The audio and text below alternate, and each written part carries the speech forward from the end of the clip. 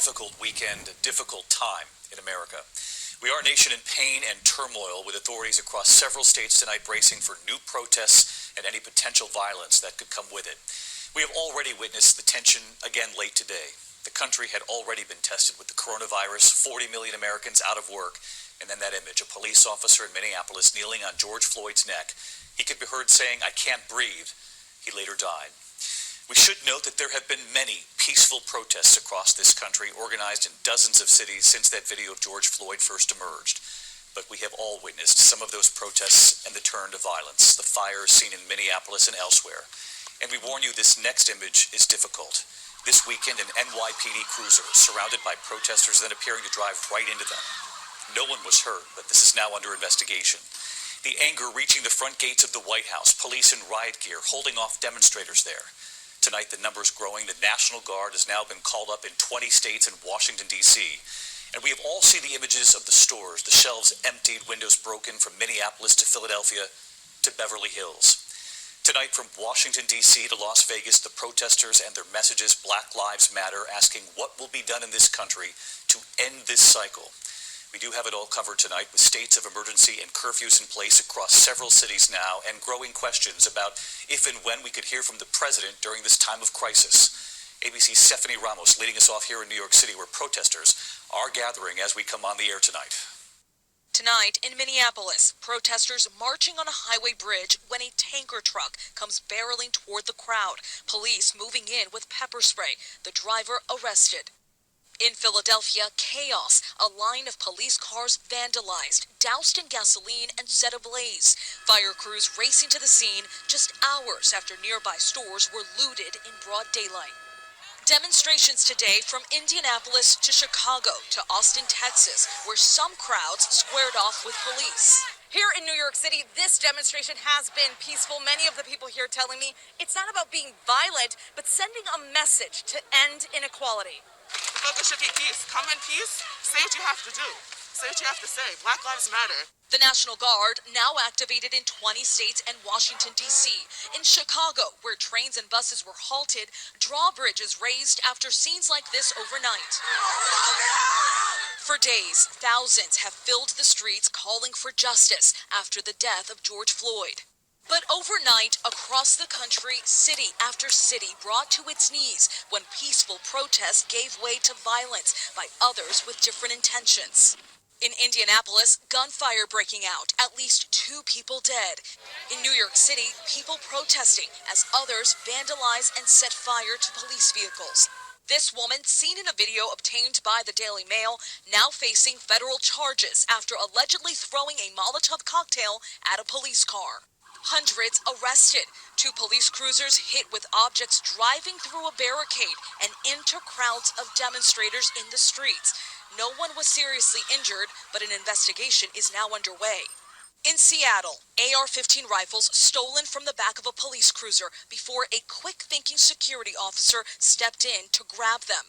Police in Philadelphia using batons to push back crowds of people, more than a dozen officers injured.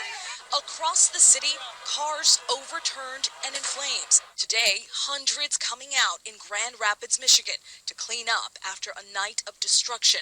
Eric Lachey says it came from a place of hurt. It taints the message just because this destruction isn't what the people who are here peacefully were trying to communicate. The mayors of St. Paul and Atlanta today calling for peace, not patience. We need to get back to what the problem is, and that's the killing of unarmed Black people in America.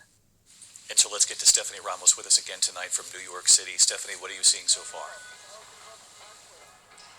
David, I've seen hundreds of people marching in solidarity here in New York City, many of them chanting messages of peace and demanding justice. We've been following this group. They were going up Fifth Avenue, headed toward Trump Tower. They turned, and now we're in Times Square, but so far, a different day compared to what we saw yesterday. David. All right, Stephanie Ramos tonight. Stephanie, thank you.